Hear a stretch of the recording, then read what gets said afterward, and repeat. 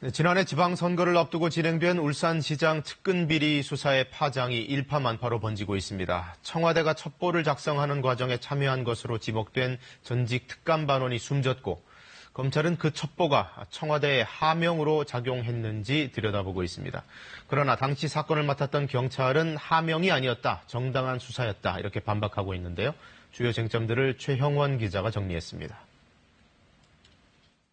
하명 수사 논란의 가장 큰 쟁점은 김기현 당시 울산시장 주변인 중 일부에 대한 수사가 청와대 첩보로 시작됐다는 점입니다.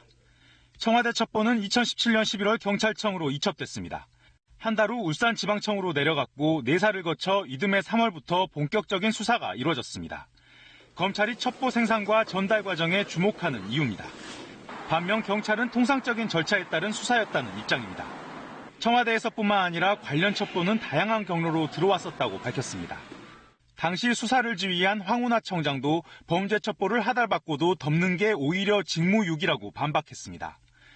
또 다른 쟁점은 지방선거에 영향을 미치기 위한 수사였는지 여부입니다.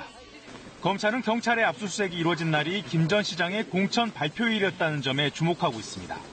숨진 수사관을 비롯해 청와대 민정비서관실 소속 행정관 2명이 수사 당시 울산에 내려간 점, 9차례에 걸친 경찰의 청와대 보고도 이례적인 것으로 보고 있습니다. 이에 대해 경찰은 압수수색 영장은 경찰의 신청을 검찰이 청구해줘 법원이 받아들인 것이라며 수사 필요성에 대한 공감대가 있었다는 입장입니다. 청와대 보고 역시 통상적인 절차라고 해명했습니다. 수사가 김기현 전 시장을 직접 겨냥했는지 여부도 쟁점입니다.